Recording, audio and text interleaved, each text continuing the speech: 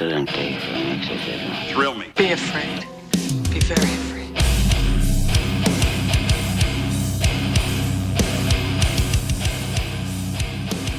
What's up, everyone? Welcome to the Horror Flicks and Guitar Picks podcast. I'm your host, Tim, and today I'm joined, as always, by my co-host, Steven. How's it going, man? How's it going, boy? Hell yeah, and if that isn't a hint enough for you, we're talking about Phantasm, directed by, written by, edited by, everything by Don Coscarelli. This was neither of our picks. I was about to say whose pick it was, but really we kind of just decided to do this while we were discussing Mandy, and I'm super stoked that Yeah. we landed on it.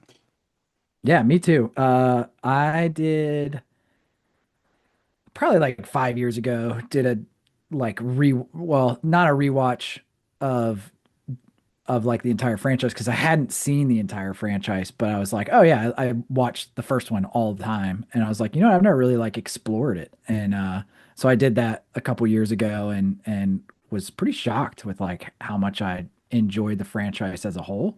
Um, yeah, so I'm excited to dive back into it again because now like the sequels are all fuzzy to me too. So this is gonna be a fun little journey.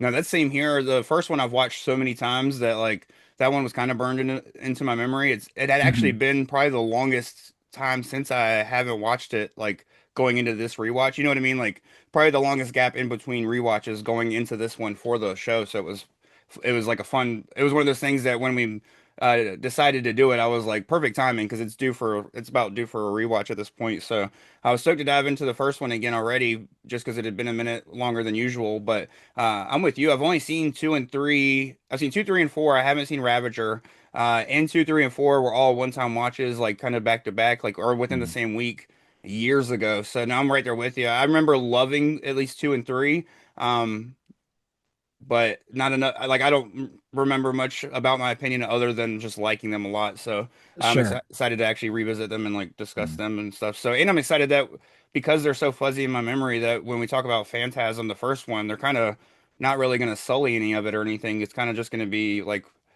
don't have enough of a memory to even really bring anything up that happens in the future in those films. It's pretty much just Mhm. strictly this film for now. Yeah, no, that would be cool. Yeah, I think that was Ravager was the reason why I was like, oh, I should watch all of these. I was like, they have this many Phantasm movies. I was like, okay, I guess I need to do some education. So, Now, in which it makes this kind of perfect because Ravager came out in 2016, so this year marks 10 years since the end of the franchise. And with Angus Scrimm passing, Reggie mhm. Bannister being in poor health in recent times, and all that, I'm sure that this franchise is pretty much done as far as the old franchise. I'm sure we might see a reboot someday and stuff, but Yeah. uh, so it's pretty cool to like, come back around at the 10-year anniversary. But I'm with you. I think that's kind of why I watched the films, all the sequels finally. Because Mhm. like I said, it came out in 2016. I think I watched them all in like 2017 or 18 because I was like, oh, finally it's like out and about. So I Mhm. think they were all on Shudder, but two, and that's still the same issue Yeah. issue today as finding Phantasm 2 is pretty hard. But so I was like, I'm gonna find two, pay for it or whatever, watch that, and then watch three through whatever. And ironically enough, I never got to Ravager, even though that was the whole reason for watching them all. So I'm excited to finally watch that one when we get to it.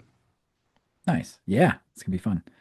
Oh yeah. So, I think the only other one with a subtitle. Oh no, they all three is Lord of the Dead, right, or something like that, and four is yes. Oblivion, I think. Sure. I'm gonna Yeah. agree with you. But I know Lord of the Dead is the third one. Yeah. But yeah. No, Oh yeah. yeah, when was the first time you saw the original? Probably it was honestly one of those things that I remember catching small bits of it growing up. I never saw the thing in full. The one scene that always it's one of those kind of like the same experience I had with Evil Dead where the her talking shit out of the cellar was like the one scene that burned into my memory as a kid and like Mhm. always remembered that movie until finally seeing it as an adult. It was kind of the same thing with Phantasm in the scene where the tall man is standing in like the ice cream like Reggie opens up the ice cream truck and like the steam, I guess it would be because of the I guess it's steam. I don't Sure. know, but The cold whatever. air, Yeah, the whatever. condensation, I guess Yes. is what it. Yeah, the condensation like hits his face, and he takes a whiff of that ice cream. I do love some fucking cream, which we'll get into that. But but that scene right there, like it was, he's so creepy, like the way he walks down Mm. and the way the kid's staring at him, like you could tell that he's frightened of him. And because I'd never seen the whole movie, I didn't know why, so it just made him even more intimidating that the kid was so scared of him. And then the way he just stands there staring at him and like breathes in. I don't know. That whole scene just really like stuck with me as a kid, so. I never really saw it in full until probably my early 20s, like probably before, like definitely before Ravager ever came out and stuff like that. Mhm. But as far like 2014, 2015 when I finally watched it, and I immediately uh watched it for the first time and fell in love and not to spoil too much of my thoughts on it, which we'll get into in a second, but I immediately bought a Blu-ray and then as soon as like years later, once they came out with a good Sphere set that was like easily obtainable, I got the whole box set with the Sphere and everything. So, Dude, I wanted that really bad. Was that who released that? Was that Arrow? honestly, don't know. Let me look. I don't think it was anybody too big of a name because I'll be honest, the menus on these Blu-rays are kind of cheap.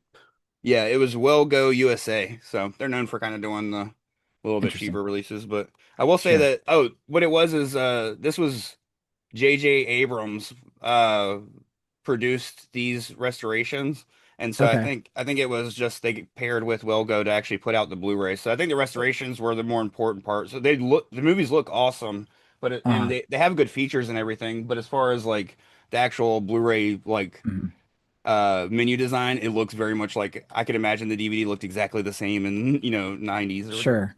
Am I crazy to think that there a release that had the sphere where like the discs were inside the sphere or I think something like that? I think there's an older one either before Ravager or like when Ravager first came out because I definitely Hmm. got this like want to say like 2019, 2020. I ordered it on like bestbuy.com for like when it first dropped for like either 150 or $100. I can't remember what it was, Sure. but it was mostly because I wanted the Sphere and then I was like two's so hard to find. It might as well go ahead and just buy the whole set so I don't have to struggle with two when it's like time to do these, watches and stuff. So Sure. Hell yeah. Nice. which fuck Best Um, Buy now because they don't sell physical media in the store. At the time they did, so I was like I'll support them, but now I don't yeah. support them at all because they got rid of physical media, so they're part of the problem in my opinion. but Yeah. Yeah, it's getting harder and harder these days. So, but but no, hell yeah. um What about you? Do you remember your first time seeing the first one?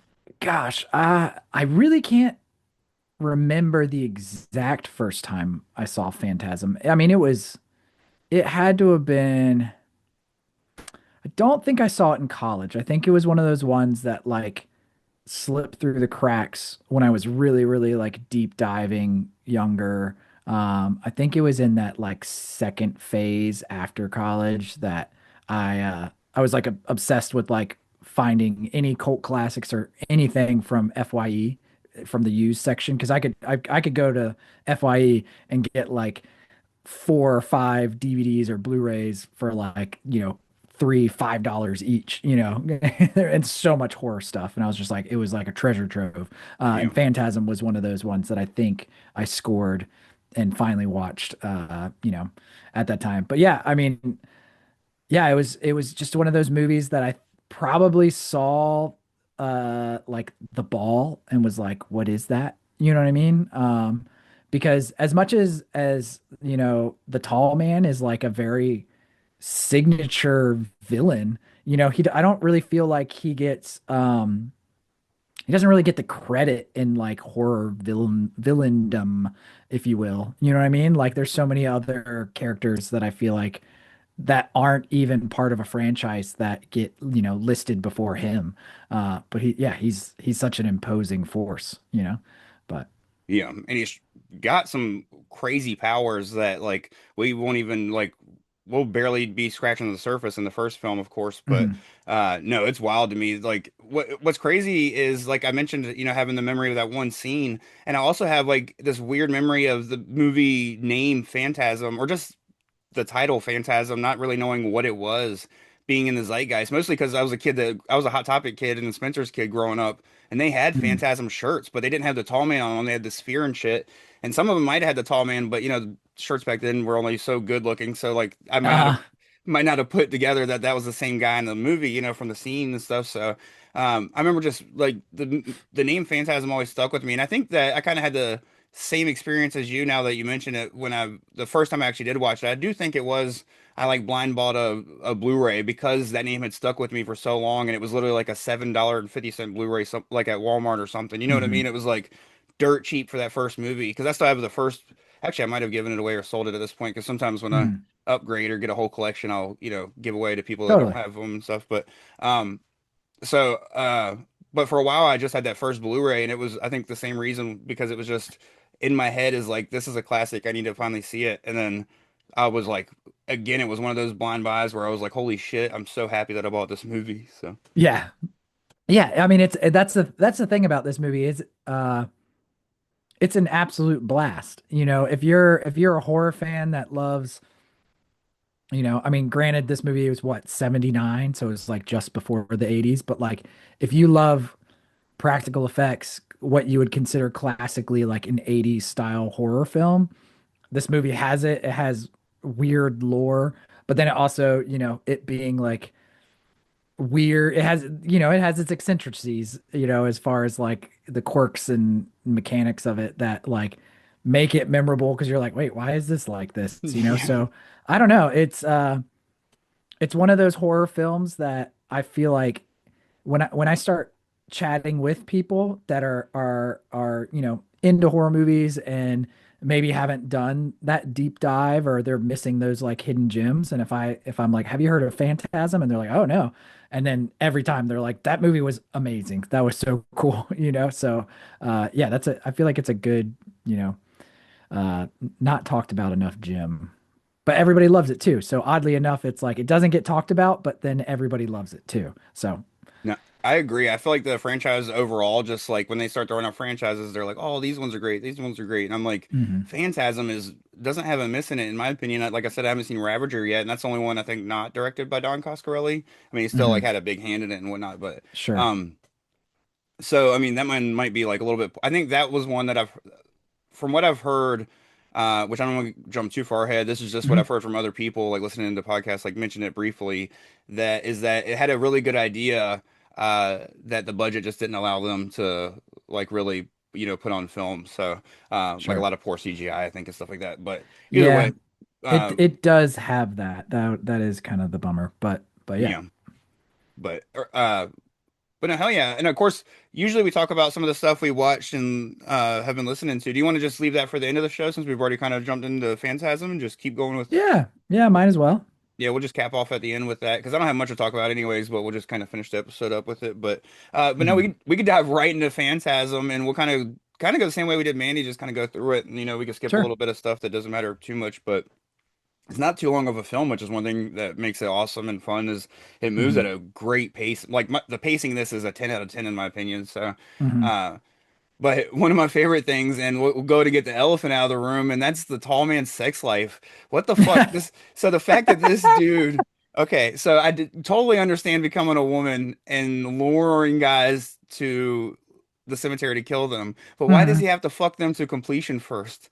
He fuck like literally the first guy, Tommy, he has sex with like he literally goes like that was great, and then she like Yeah. turns into the tall man and kills him, and I was like, wait, what? Like.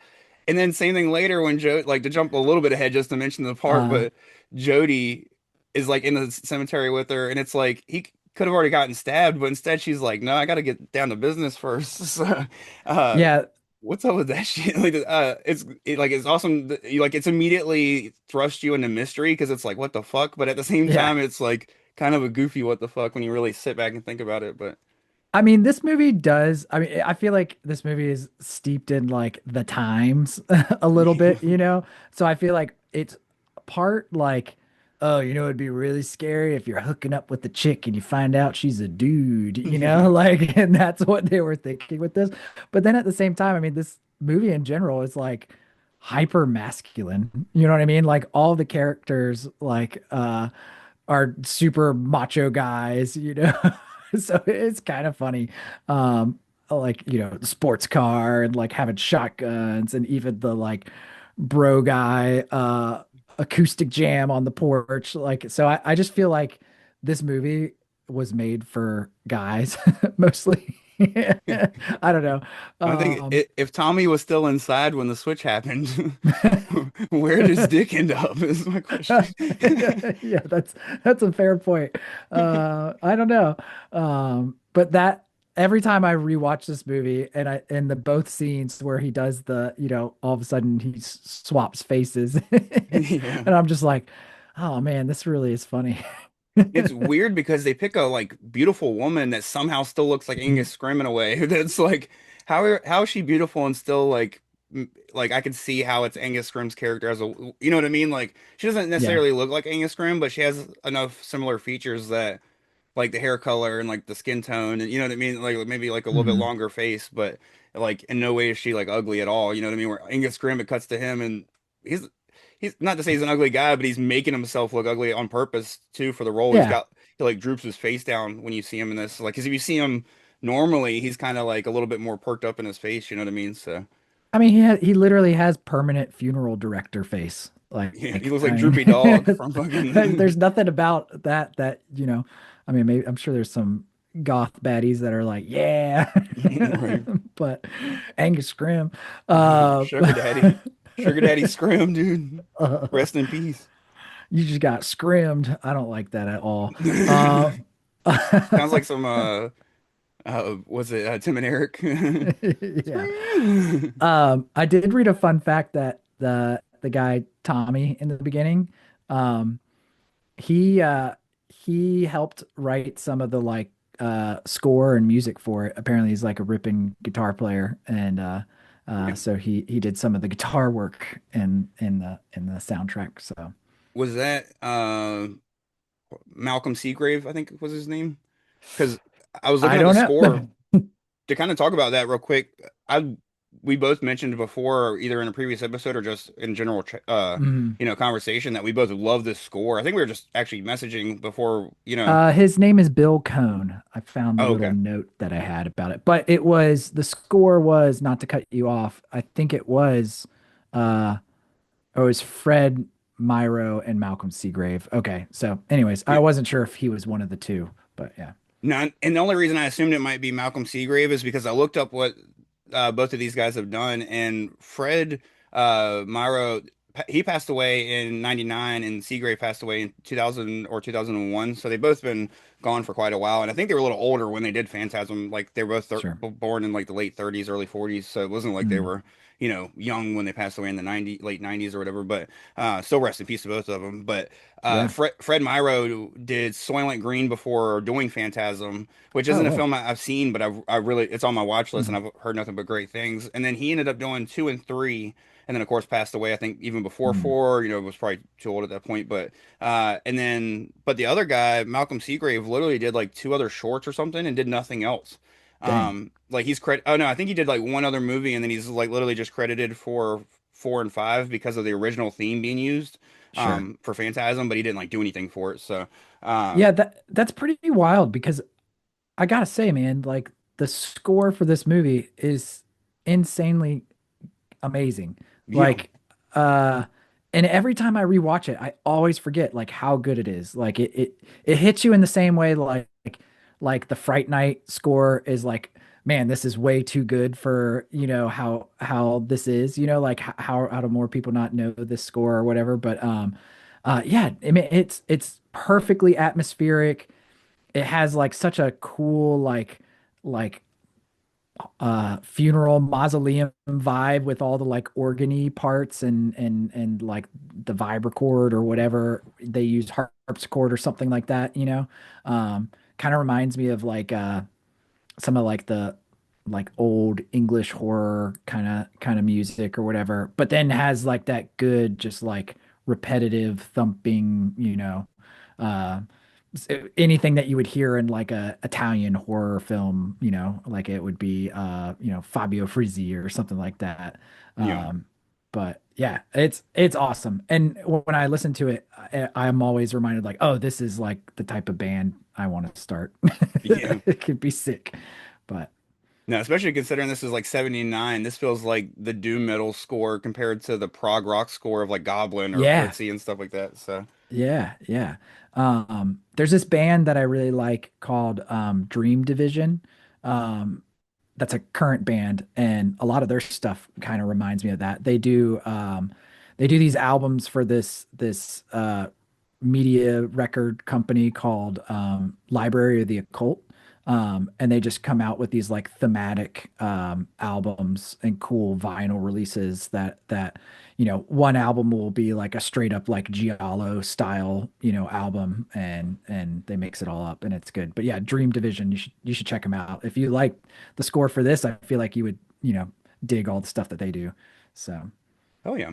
Now for some future episodes to kind of dive into music topics that will also be like funner than just saying we like this record. mhm. Uh, I was thinking about picking some albums that are like concept records or Oh, cool. concept albums, so that way we could uh talk about the concept itself and like that storyline as well as just like what's our favorite songs, like production on the Yeah, that's record, stuff fun. like that. So definitely down the line because we're gonna be covering Phantasm for at least five more episodes, and that'll be every other Mhm. week since the try to have an episode in between to kind of break up the Phantasm stuff. But and we might even decide randomly to throw something in between, but I'm sure we'll just probably knock out the Phantasm movies and make it easier on us deciding. Sure. But no, oh yeah, to kind of dive back into the film, and like just to move on where it was at. You mentioned the mausoleum stuff, and that's kind of where we find ourselves at next is that whole Morningside, cemetery, the mausoleum, and Mhm. um, you get introduced to Jody and Reggie as well as Mike, and that's one thing I like about this film is that you kind of get immediately a little bit of everything. You get that opening scene where you kind of get introduced to the horror of the tall man and like the shape-shifting horror, and then the very next thing you kind of see the haunting like oh okay, this is obviously his spot because like you see him there, you know what I mean, and this and that, and you see that these are the people Mhm. that are like kind of going to be, I don't know, you just kind of you get introduced to something new in every scene without it feeling like it's getting shoved down your throat. It feels like it flows so well. And I really like the introduction here of these characters and the way that, the whole funeral's about to begin, sir, scene and uh Mhm. just everything that happens in this like whole I feel like this is like a big part of the film because it like this scene is alone is like probably one of the longest scenes of the film. And I Mhm. feel like it flows so well the way it introduces things like the horror of the tall man. You get a little tease of the his little dwarf minions and stuff, and so you get like a little tease of all these horrors that are going to come back together later in bigger ways. So I will say, and you mentioned like this movie flows really good, and I think pacing wise it flows, but it is a little choppy if we're going to be completely honest as far as like story structure goes. But I think that I mean, without getting into spoilers on the end, maybe there's a reason why it's like that, you know? yeah, no, I agree, and I feel like most of that choppy editing comes towards the end of the film as well. Hmm. I feel like they had a solid idea when making this film, and then towards the end, I mean, I'm not saying that the idea, I like the way this film ends and I like the climax, Yeah, but it definitely feels like they weren't quite as sure of what they were doing in the end of the film as they were in the beginning, you know what I mean? When they were introducing these sure. characters compared to having them like fix the problem or whatever. So, or, Hmm. the solution, finding the solution. But either way, but now I'm with you. We'll get into that a little bit later Hmm. on, but I will say that that's one of two complaints I have, and I will go ahead and just say my other complaint, which I mean, of course, I'll reiterate them when we like rate it or whatever. But my only other minor complaint is the acting, but I give that a little bit of a Hmm. pass, and just because of the time and it's an independent film, but the filmmaking on this thing is insane. The fact that like it is so independent and the stuff they pull off with the ball to to jump a little bit ahead because I'm sure like there's nothing really to nitpick about the scene, and I'm sure we'll just skip over it when the scene comes. But like when he's in the antique shop with those two girls and he looks at the picture and he sees the tall man like look at him, like to pull something Uh-huh. like that off in 79 is so insane to me, you know what I mean? Because like it's Yeah. something that in the if you watch a early 2000s film they would have CGI'd it and it would have looked horrible, and somehow he pulled it Yes. off looking perfect in 79. So no, he just does, there's a lot of great feats of filmmaking in this film, and I think just editing is his weak spot.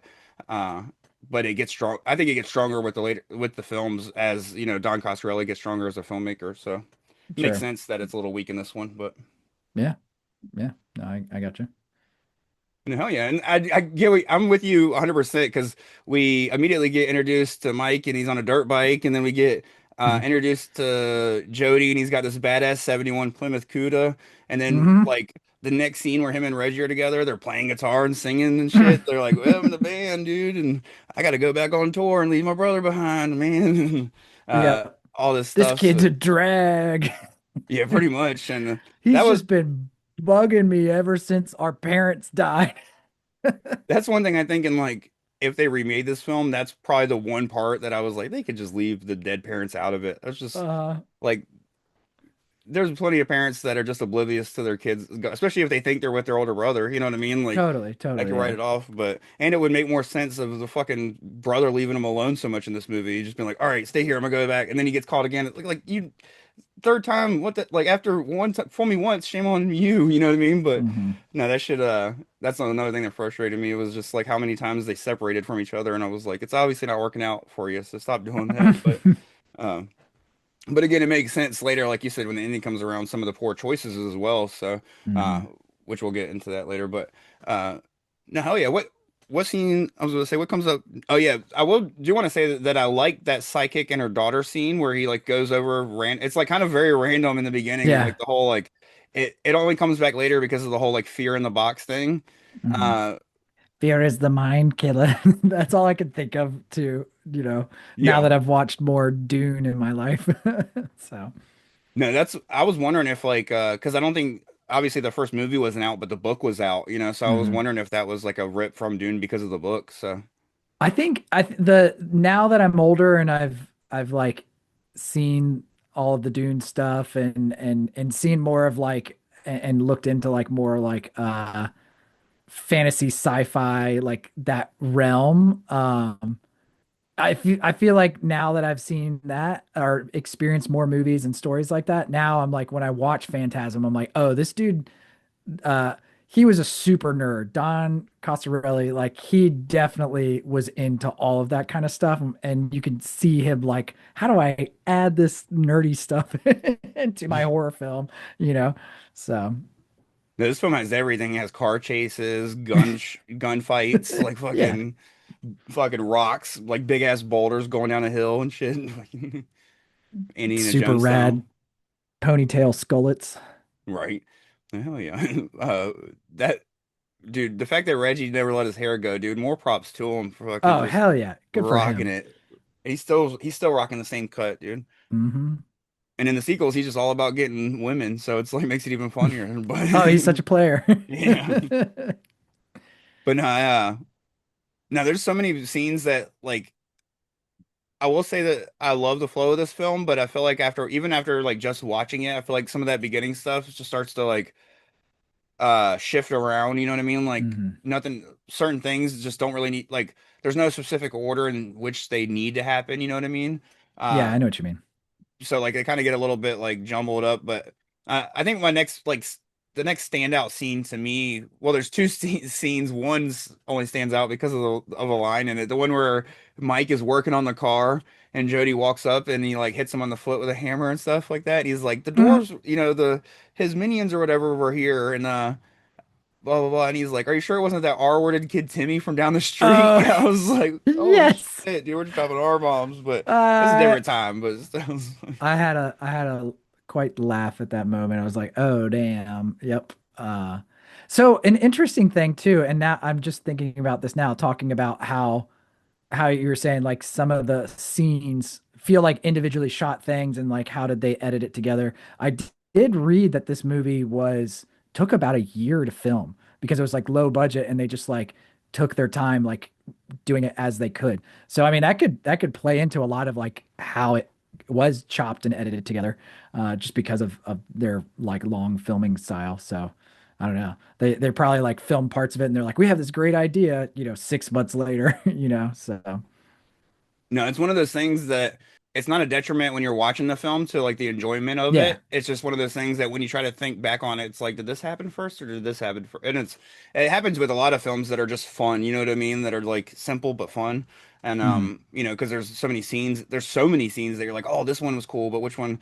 And the other one I wanted to shout out was the nightmare scene where he like wakes up and which is I feel like this scene has been copied from this movie and so many other things going forward where Mhm. Mike wakes up and the tall man's at the like foot of his bed and then all the zombies reach up and grab him. That's like Yep. hands down favorite nightmare scene in any movie ever, in my opinion, Yeah. but not That's a including good Nightmare on one. Elm Street. But No, that's a sick one. Um, yeah, I mean it's hard to this movie is just visual candy. You know what I yeah. mean? Like, so yeah, it would be hard for me to pick any one scene that I like the most. But When it definitely plays in segments too. There's like the first segment where you have like Mike knows the mystery. Okay, Jody's on board. Okay, Reggie's on board. So there's mhm. like some things that like obviously change up, and it is easy. Like when Reggie or when Mike finally shows Jody the finger, uh, Mhm. because he that's the one thing is he goes back and forth to the mausoleum like three times completely by himself. One thing that I didn't mention is in the earlier scene that I just wanted to call out again. You mentioned Don Coscarelli just being a fan of filmmaking in general and uh like a lover of the craft. Uh I love his nod to Nosferatu when he has the tall man like pick up the casket literally by himself and just put it in the back of Oh uh yeah. the hearse because one of the scenes in for anybody that hasn't seen the original Nosferatu, there's a scene in that where he literally loads up like a whole truckload of caskets by himself. And for anybody that's never been a pallbearer, it literally takes at least like 6 to 8 very capable people to pick up a fucking casket. It's like not. Hmm. I did it once for like a 300 or like a 400 pound uncle of mine, and Oh it took like man. 8 of us, like grown Damn. dudes, to do it. But uh, no, so it's definitely not easy. So like I just love that nod. And then of course there's the time where he goes back and you actually see the sphere in action, which is probably Hmm. like easily one of the standout moments of the film and another feat of filmmaking. How the fuck they made that sphere fly through the air as well as like that practical effect when it enters the dude's head and just gushes blood and shit. Hmm. Yeah, that is to me that is like the most exciting turning point in that film. And I can remember watching it for the first time when that scene happened.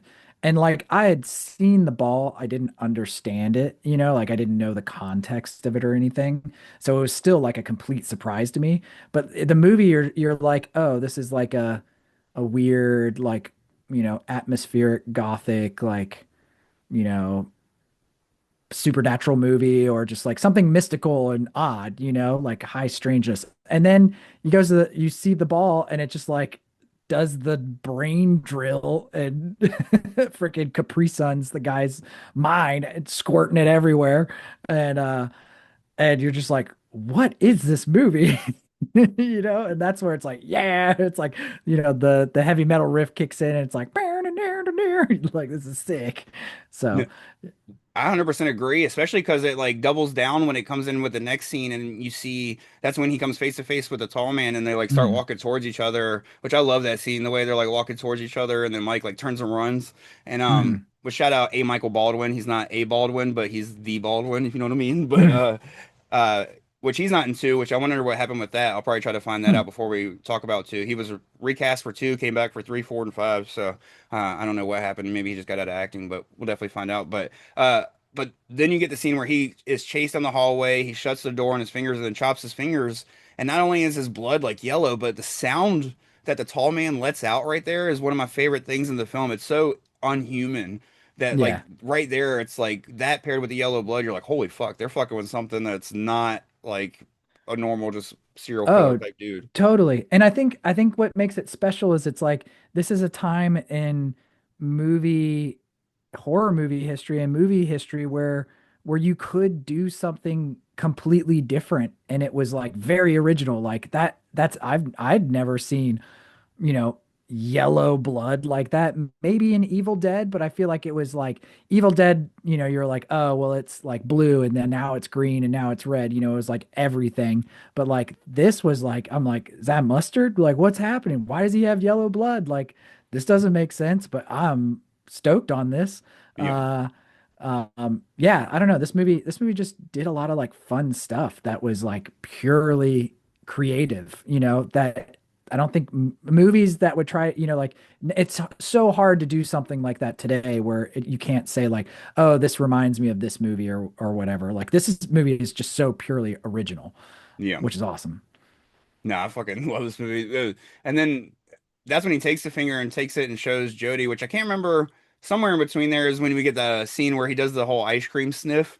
And I told Lauren Uh, when we were watching it when he walks by, I was like, he's probably on a fucking condom run, getting freaking taking all these dudes back to the yeah. cemetery. He's like, gotta stay safe. But no, he I love that scene.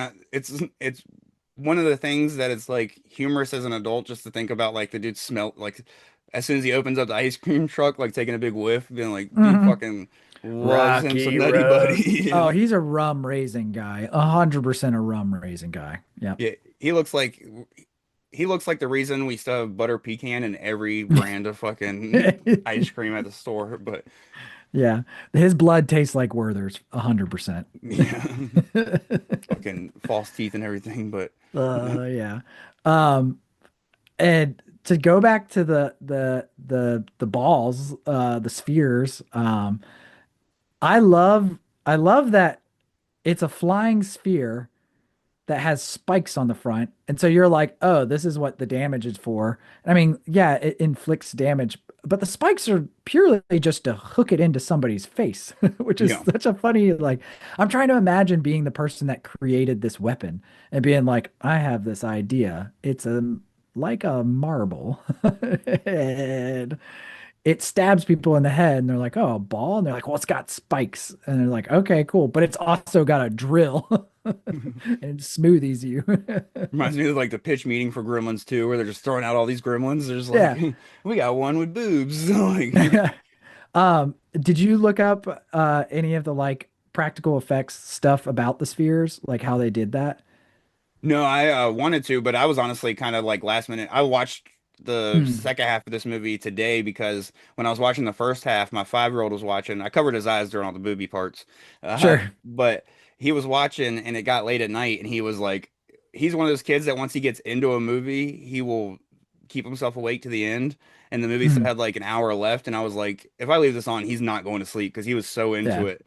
And I was like, all right, you gotta go to sleep, bro. So I turned it and put on like Degrassi, and he fell asleep. So I finished Nice. watching it today, and then so it was one of those that like I had no time to do any kind of research because I didn't want to like listen to something and like I wanted to rewatch the movie before Hmm. listening to anything, so that way I didn't want them to like talk about a scene and then me like watch it with any other thought Sure. other than my own, for the first time, or not for the first time, but you know what I mean, like for the first Hmm. time in a while for this podcast and stuff. So no, I didn't do like any actual research, but Yeah, apparently they used like fishing line and like reverse shot the ball so like it's going in reverse technically. And then they had some like RC controlled props and used like compressed air and like I guess I don't know if it was with the fishing line or what, but apparently like somebody almost got severely injured by one of them too on set because they went too fast and it almost smashed like literally like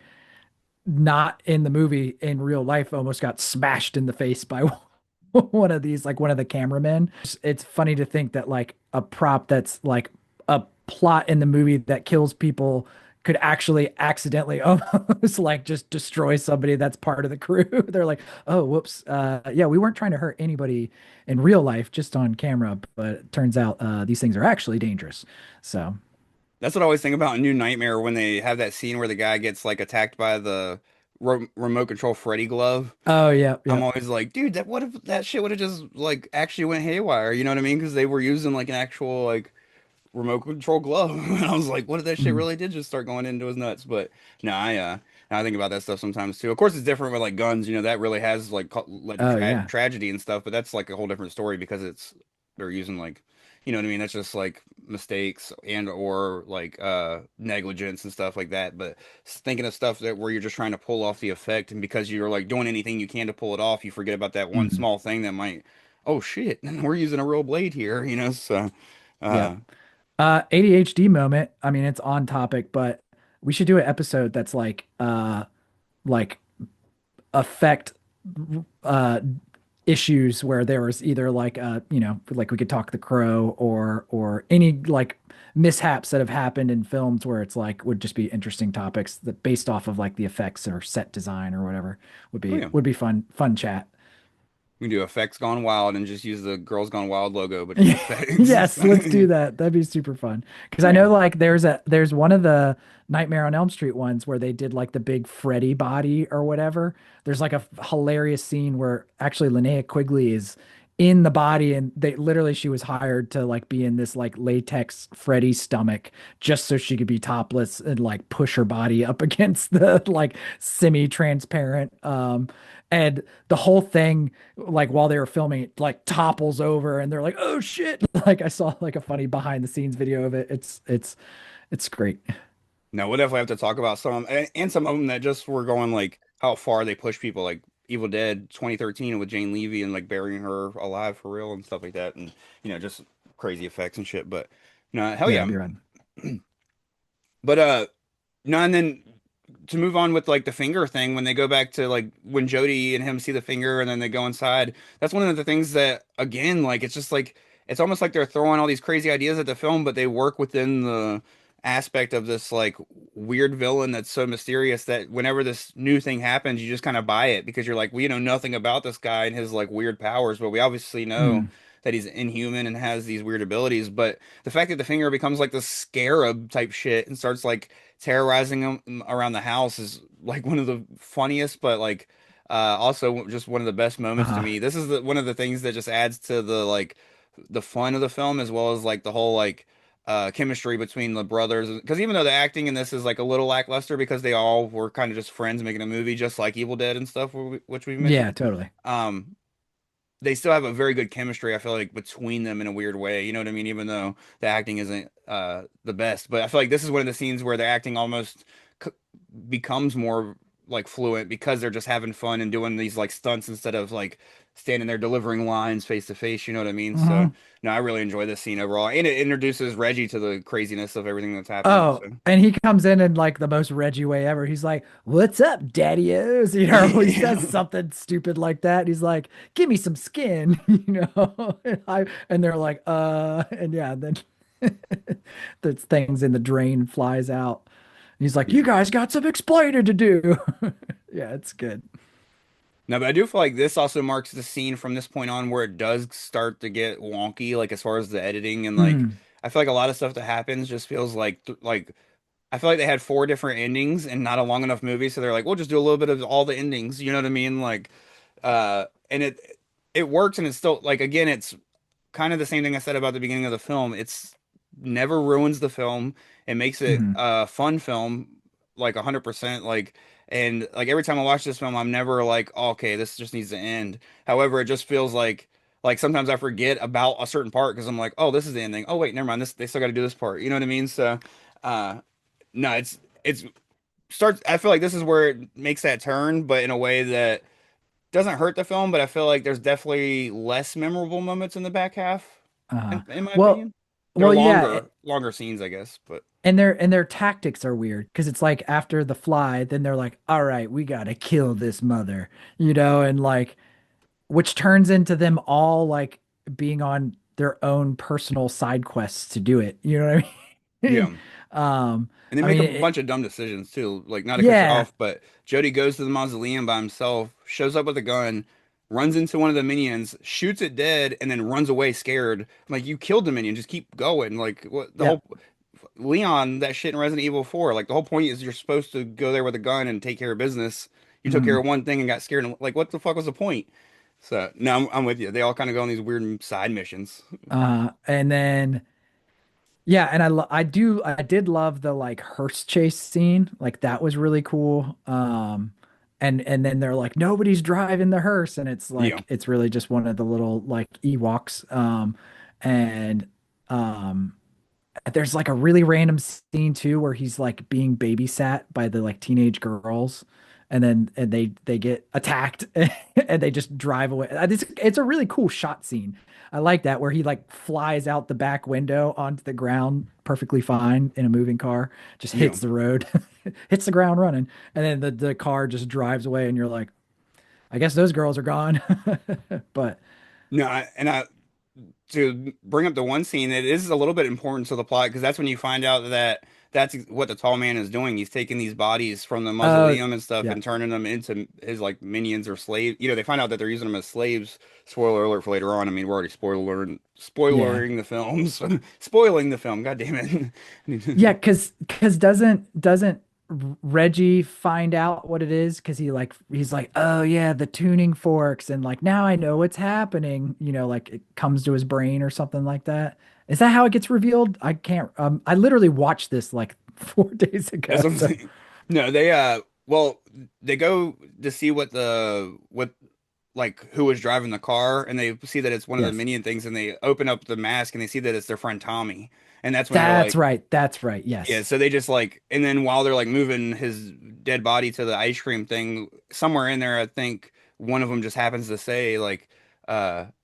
Oh, so they're turning them into these little mini dwarf things, you know what I mean? And it's mm, like, but then you find out then when they, of course, there's really not much to mention in between these scenes because you have that scene that happens, you have him go back to the house, get captured, a few other things that happen, but then they all three end up at the mausoleum, and that's where, mhm. like you were mentioning, the tuning fork thing comes into play because like the door to like the interdimensional door that takes them to the tall man's world is literally like playing a is playing a Uh, note. Go ahead. yeah, It's yeah, playing a yeah. frequency that pretty much like keeps the door open, in my opinion. And so he reminds himself of like stopping the tuning fork and that's how he like shuts, quote unquote, shuts the door because it doesn't shut shit. It's like Sure. they shut the door, but the tall man somehow still stays on the outside. So it's weird, but that's Mm, where it becomes a little messy. Is like what exactly were they doing and stuff? Because it's obvious they shut the door because all the yes. minions get pulled in, but the tall man is strong enough. I guess maybe he's just that much stronger that he's able to stay out or whatever. Mm, But yeah, I love that whole scene because that's where I wanted to bring back the score. I just didn't want to, and like how smart it is. I just didn't want to bring it up yet until we got to this point. But when they get outside and they're closing he does the tuning fork thing and closes it. Uh, mm. I don't know if it's just me, but the score sounds like it is literally a tuning fork humming while somebody is going bow, bow, bow, bow, bow, bow, like tuning a guitar. But it Oh, that is interesting. but Yeah. it like the notes kind of like line up together, and it Uh-huh. sounds, if you listen to it back, it sounds so like weird, and like they obviously have all these effects and stuff on it, but if you like Mm, listen closely, I feel like I could hear somebody just going bow, bow, bow, bow, bow. You're like, like how you would if you were tuning. It was just, I yeah. was like, dude, if that's what they're doing, like maybe it's just my mind like overthinking it, but if Sure. that's what they did, man, that's so smart and cool, like to me that they That did is something cool. like that, like inner. Yeah, it's probably some kind of like I'm not like I have like a bare knowledge of like synthesizers and stuff like that. But I'm super into like guitar effects and stuff like that. But it does sound like it has some like envelope filter to the sound. So Yeah, which would give you that cool like slow, like pulsating, like not that the note is changing, but the pitch is like kind of moving a little bit. So you yeah. get that like wow, wow, like it sounds like it's swirling all around you. But yeah, no, it's great. And then yeah, and then all the weird the weird canisters of just the bodies that are being stored, like I love how that's just like, yeah, they're just keeping people in these in these big barrels.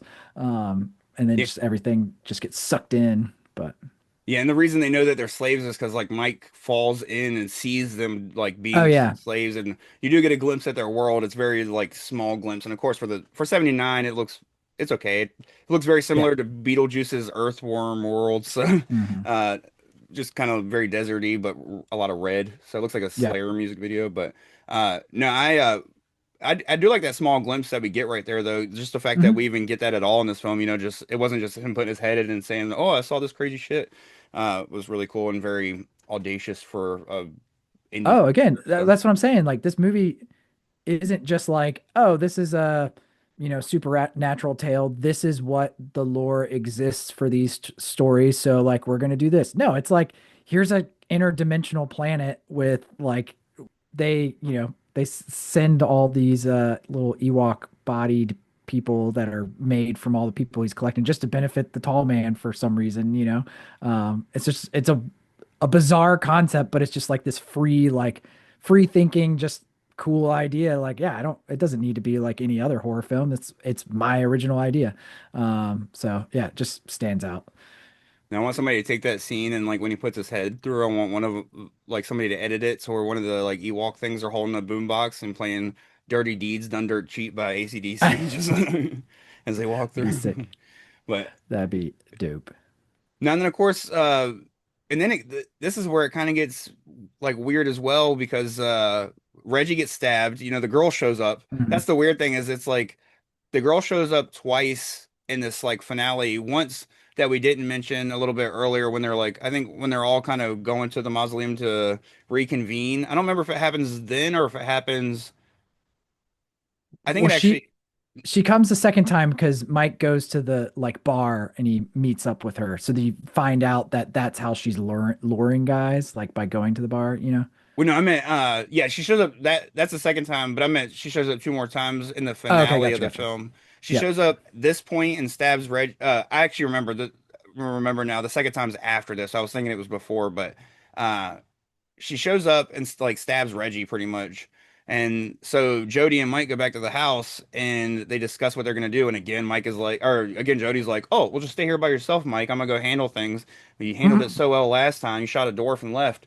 So it's like, that's the only other thing that bothers me is it's like, why didn't y'all just go together?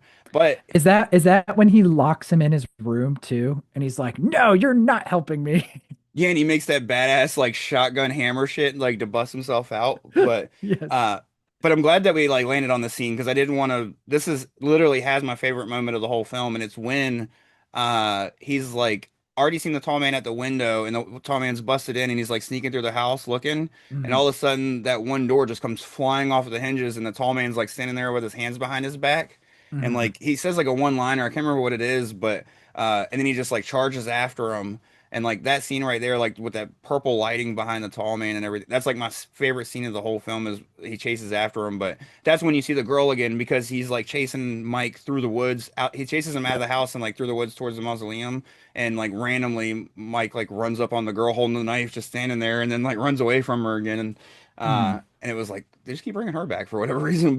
Uh, but no, and then that's when it like you find out that he's not running to the mausoleum. He's running to the Oh, he's running mines. to the mines. They have Yeah. the most Scooby-Doo trap way to solve everything. They're like, Yeah. you know what would really get this guy?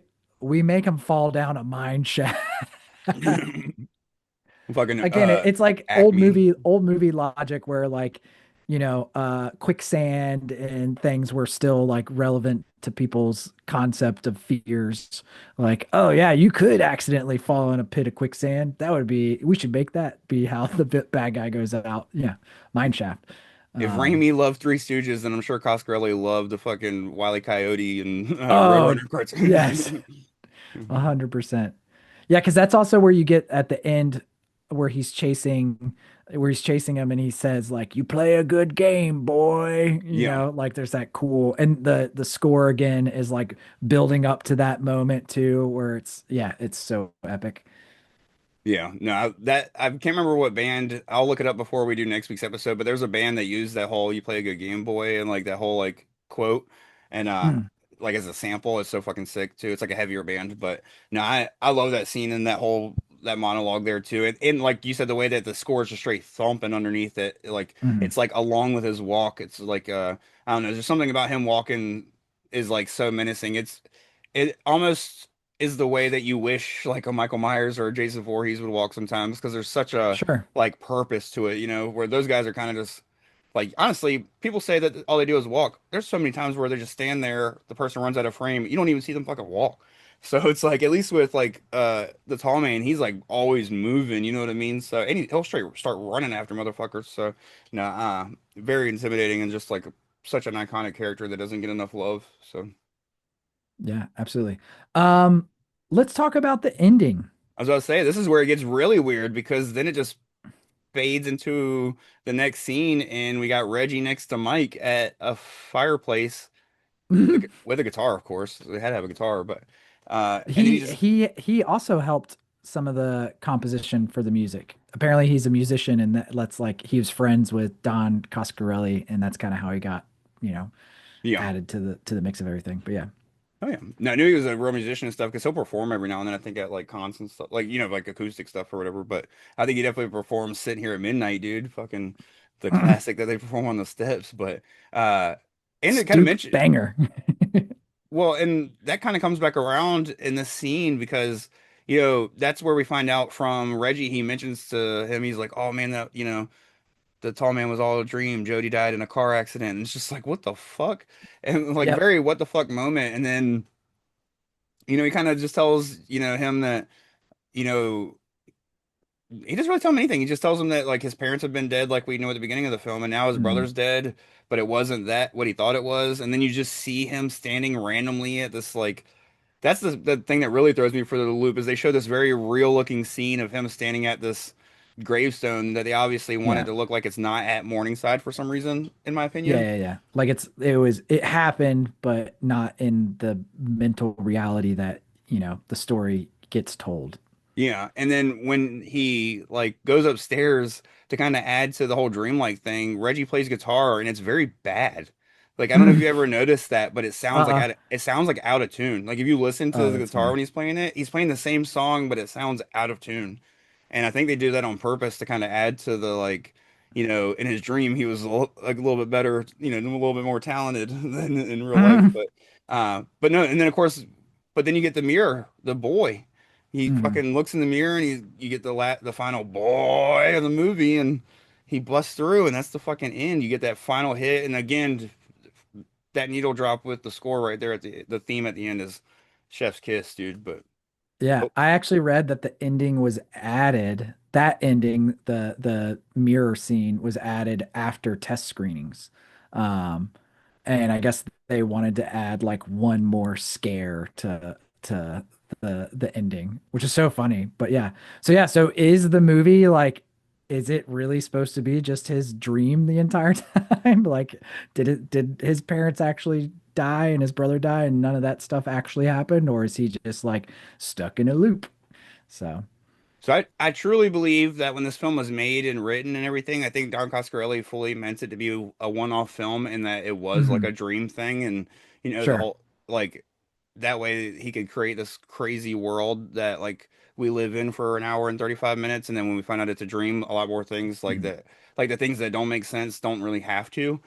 sure. However, the sequel, without going too far into it, because we're not going to dive into it for 2 more weeks, is does such a great job at retconning that without like ruining what the Yeah. first film does. You know what I mean? So I think that when this first film was made, I truly think that the ending was supposed to be one of those it's all a dream endings, which back in Mm. '79 isn't as played out as it is in 2026. No, So I no. have no hate towards the ending at all, and I actually like the fact that it's kind of like, oh shit. I like that they put that final scare because it leaves up the was it all a dream or not? But it also is kind of Mhm, like the ending of it's not nowhere near as bad as the tacked on ending of A Nightmare on Elm Street, sure. where With the mom. yeah, with the mom and shit and Freddie showing up. But it makes sense that these studios do this because especially if like, an independent filmmaker makes something and they see the promise in it, they see the money Mm, going forward and they know that, okay, we took a shot on this filmmaker, but who knows what his next film might be. This might be a one and done thing. And so sure. the next money they're going to give him, of course, what you would expect it to be for Phantasm 2. But those movies are so few and far between that I don't know. Maybe I don't know if this film flopped or what. That was one thing I should have probably looked up with some of the box office Oh with this, yeah, uh, that's a great question. but I definitely think that they thought they had an icon or something on their hands, especially a year after Michael Myers comes out. You know what I mean? Yeah, that's true. That's a fair point. I haven't really thought about this movie in the context of like when it came out around other things.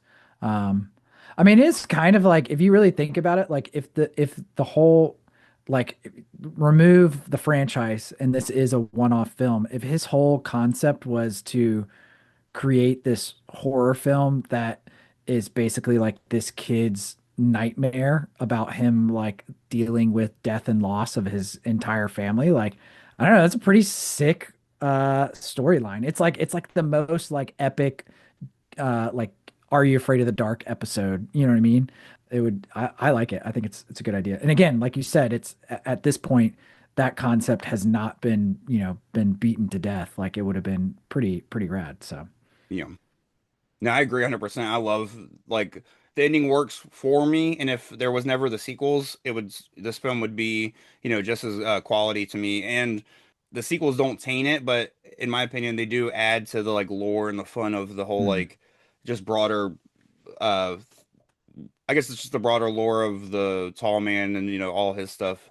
It's sure. just fun to see how they grow that out, and pretty much they become like very action horror films going forward. I Yeah. mean, the horror is definitely on the back end. They're very just fun, like Yeah, actiony horror films. I think the franchise, like, I think they became really self-aware. You know what I Yeah. mean, as far as like what they have, like similar to how like the Trimmers movies like kept going. They're like, we know what we have and we know what we can make, and like, if you like the first one, you're gonna love it for like it being a classic, and then the rest, you're gonna have fun because now you're just a fan of the lore and the story and everything. So, And not keep just going back to Raimi, but they're very similar and being indie filmmakers that kind of grew with the franchise and then did other things mm, is but it also kind of feels like the same thing where they kind of like once they started to let their flag fly a little bit and let their humor show, like in that first film they're a little bit scared to mix the humor with the horror because horror movies aren't supposed to be funny, sure, especially earlier when they were doing them, like they hadn't started doing the fun shit that they did in the 80s that really grew the horror comedy,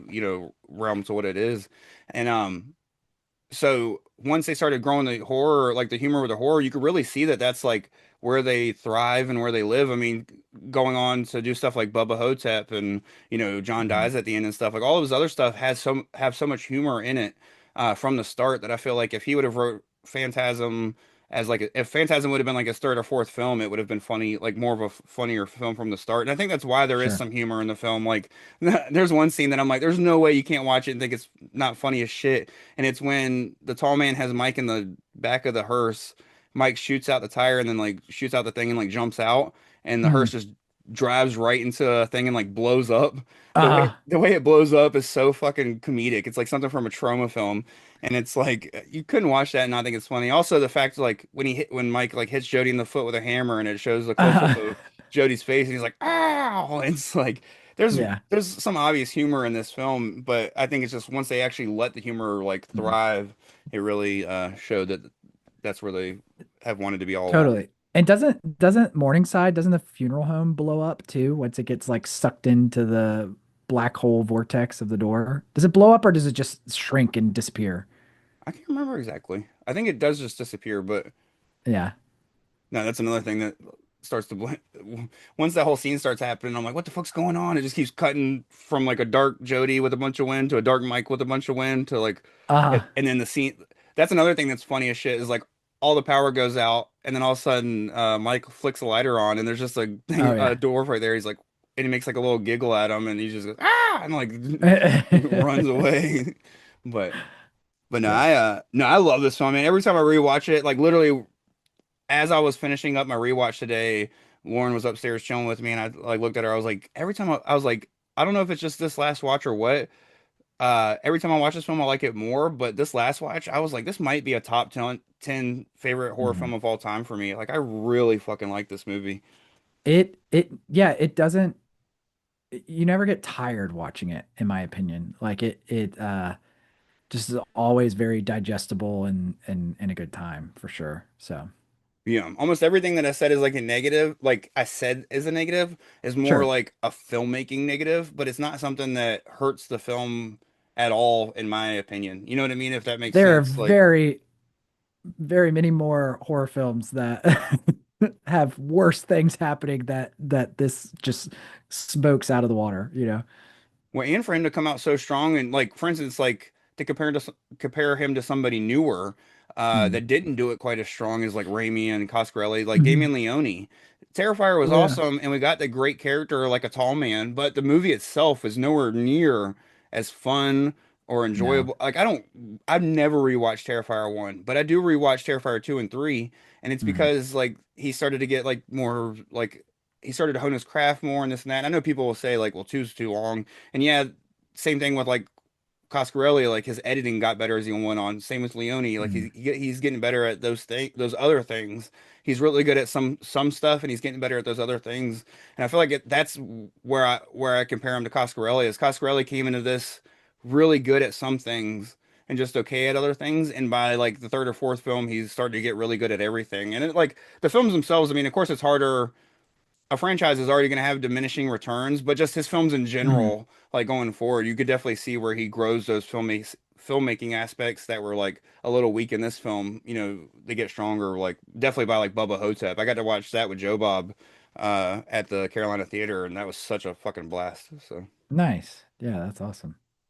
hell yeah, what would you rate Phantasm out of 1 out of 10 spheres to the forehead? One out of 10 silvery balls. Balls of the forehead. I would, I think I would, it's going to be high. I mean, I would rate it probably easily 8 out of 10, maybe even 9. Um, and only because of some of the like, if the film was able to capture like a more fluid uh transition between scenes and like some reasoning there, like it doesn't need to be perfect, but if it did that, I'd be like, yeah, 9, 10 out of 10, like this movie is perfect. But because it doesn't have some of that, that's like the only moments that I'm just like, that's where it falters a little bit. But yeah, but I mean, it's such a good film. Yeah.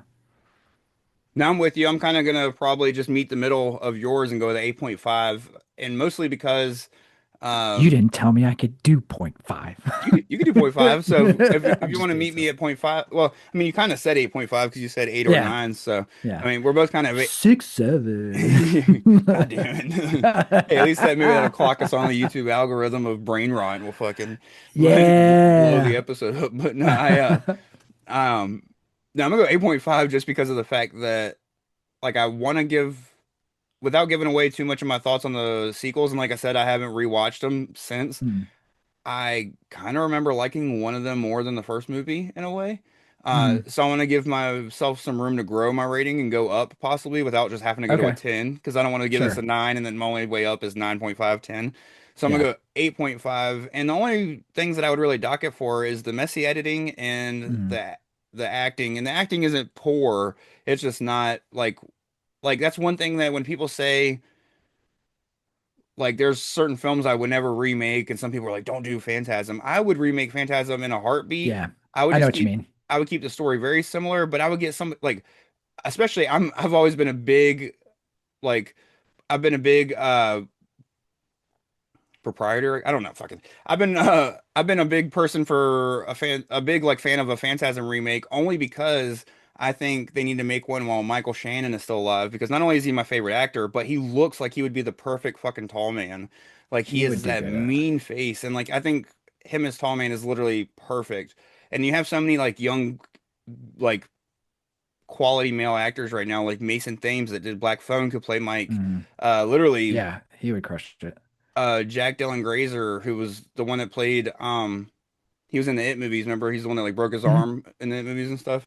Uh like he I think he would be a great Mike. And then, there's so many I think it would be fun to like just see who they would cast as Reggie and stuff. You could do definitely a musician that acts, you know what I mean, if you wanted to go that Mhm. role because he does do some more music stuff in the future films, I believe. I think he plays like a song in one of the films or whatever, but uh I can't remember exactly, but no, it's just I think this is a film that's ripe for remake for that reason. If they literally Mhm. just didn't do shot for shot, but just kept it super true to the original, Yeah. and but then just upped like the small details that like Mhm. just shrunk that ending down a little bit, made it a little tighter, as well as did something about just had all these great performances from great actors Sure. and stuff. I think it could really shine and bring a new fandom to the franchise and stuff. Because I had that exact thought when I rewatched it too. So I think it's cool that you were saying this because I don't often rewatch films and go, man, I really want a remake of this. And yeah, there is something about this movie that does have that desirability.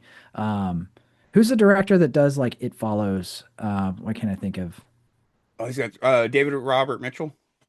Yeah, I feel like he could crush this. Like Yeah. that like dreamy like I don't know. I feel like he could handle something like this to get the tone and the atmosphere right.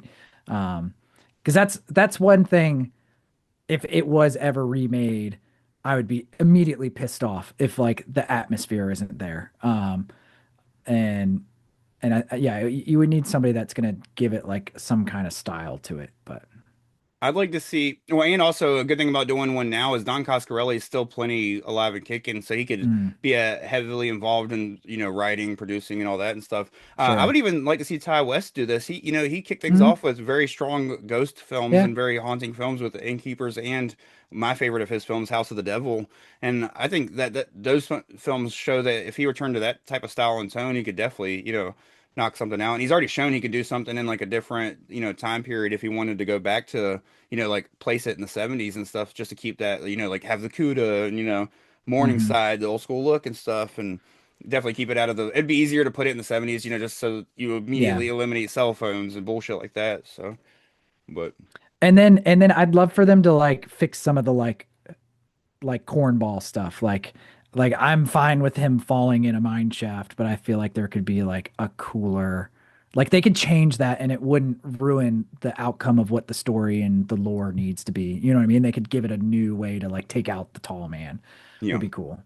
So, no, definitely. Or they could just make like that's my thing is they don't even have to really do that climax. They could do the climax where he gets sent back in the whole like realm thing. mhm. But if they just built that up more to something, you know what I mean? Like, Yeah. so that's what I mean is like they could kind of pick like one of those endings and kind of just build to it slower and like kind of have some of those like other things happen and like with not like have them do something with the mine shot. Like other nods could Yeah. happen to like scenes in the film without it being so like messy and stuff like that. So because like they separate way too much in the final act of the film, the characters are separating like three or four separate Mhm. times, and I'm like, at some point you'd start to realize this is a bad idea, especially when you're just telling a 13-year-old to either be by himself or with two girls that have no idea what the fuck is happening.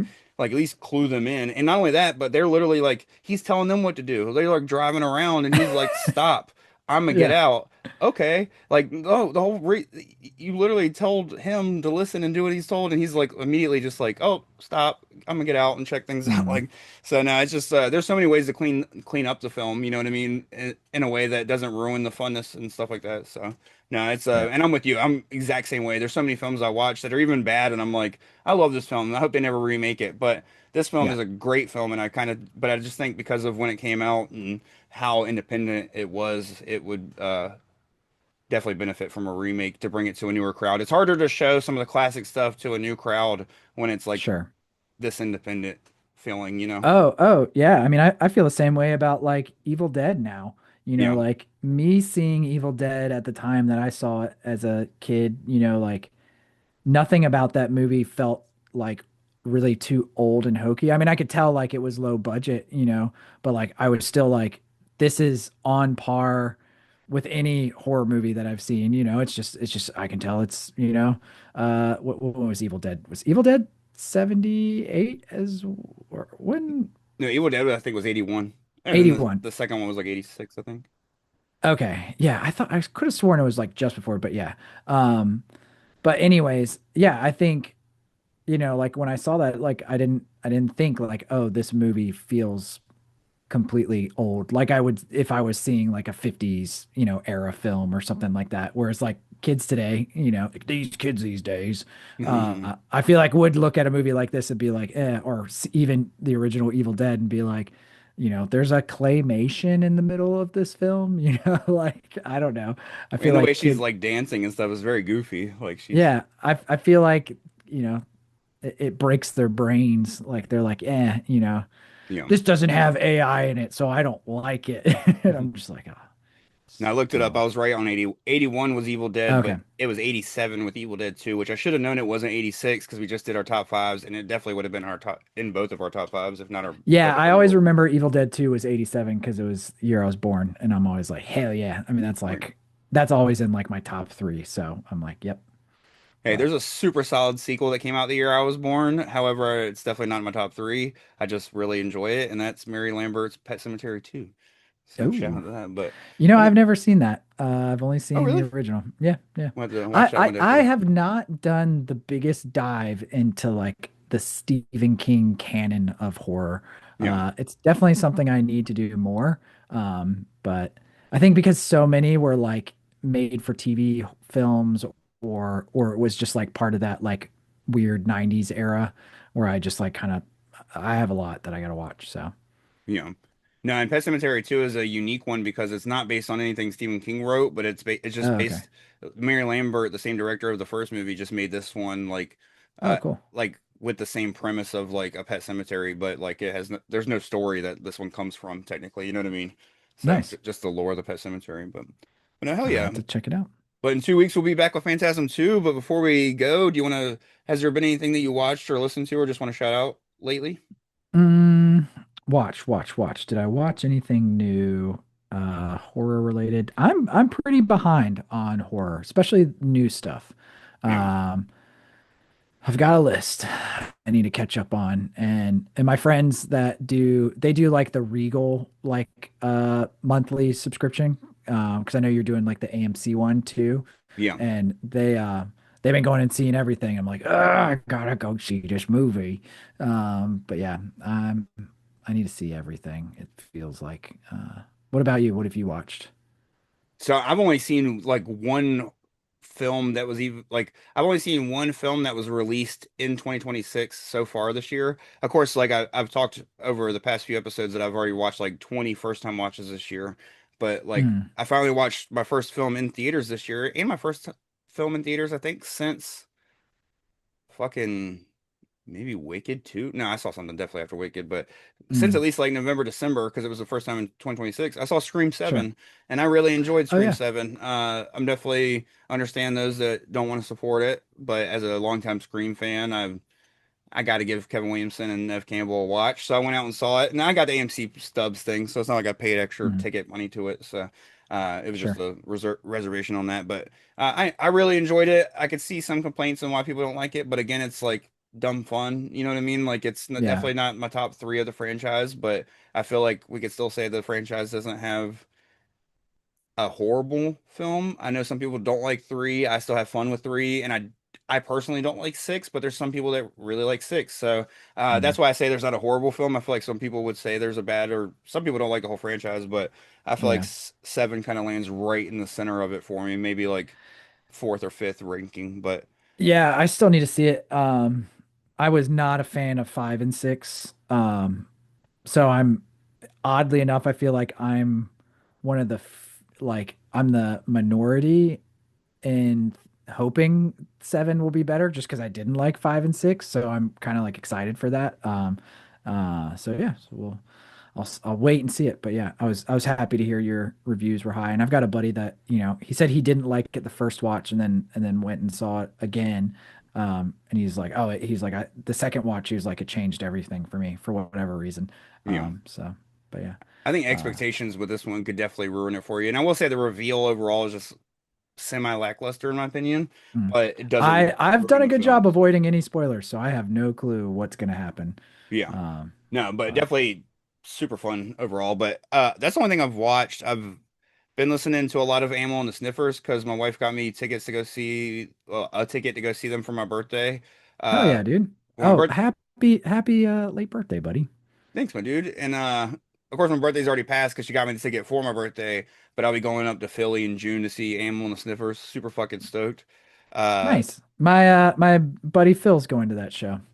Hell yeah. Now I was tempted to go there or DC because my buddy that Mm, lives in Philly is going to both Philly and DC.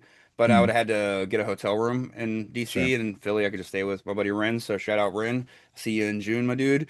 And then I've been listening to Lamb of God dropped like four songs off of their upcoming new record called like Into Oblivion or Mm, something like that. I'm super enjoying those. And then I've just been playing a shit ton of WWE 2K26 because I pre-ordered that to get the Joe Hendry thing, and I saw that they had like pretty much all of the pre-order editions that weren't just the basic edition.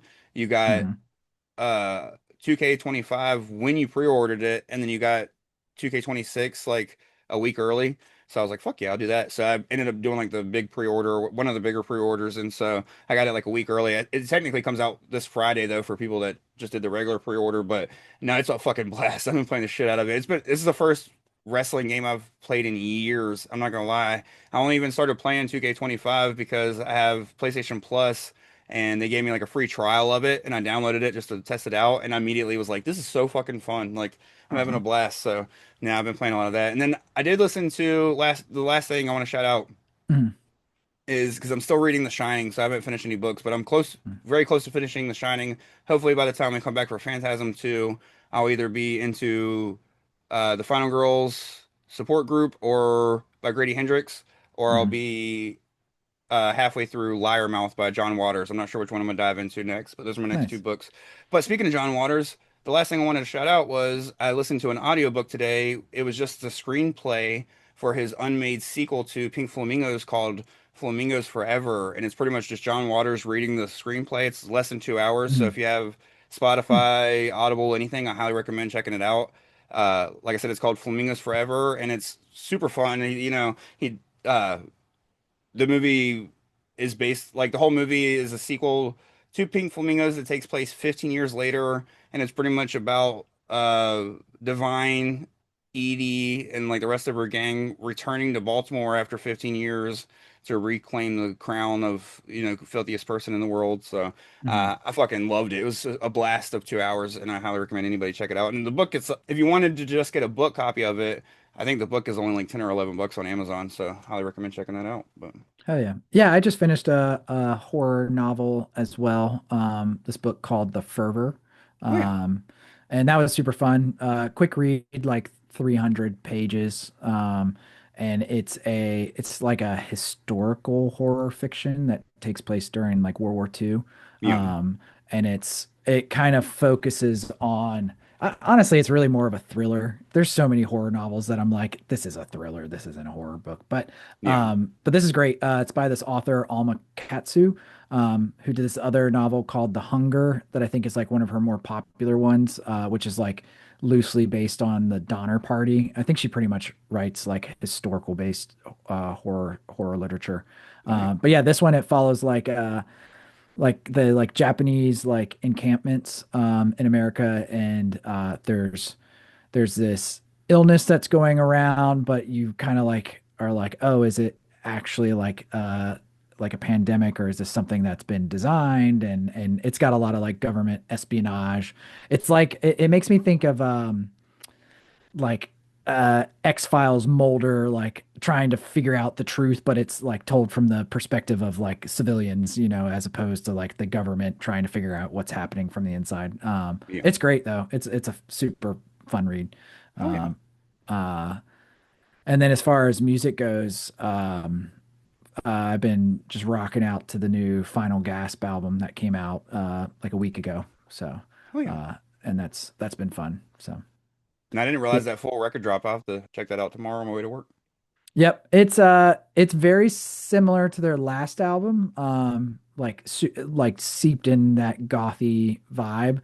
I feel like this one's a little heavier though. I think they added some more heavy riffage in this one. But I think you'll dig it.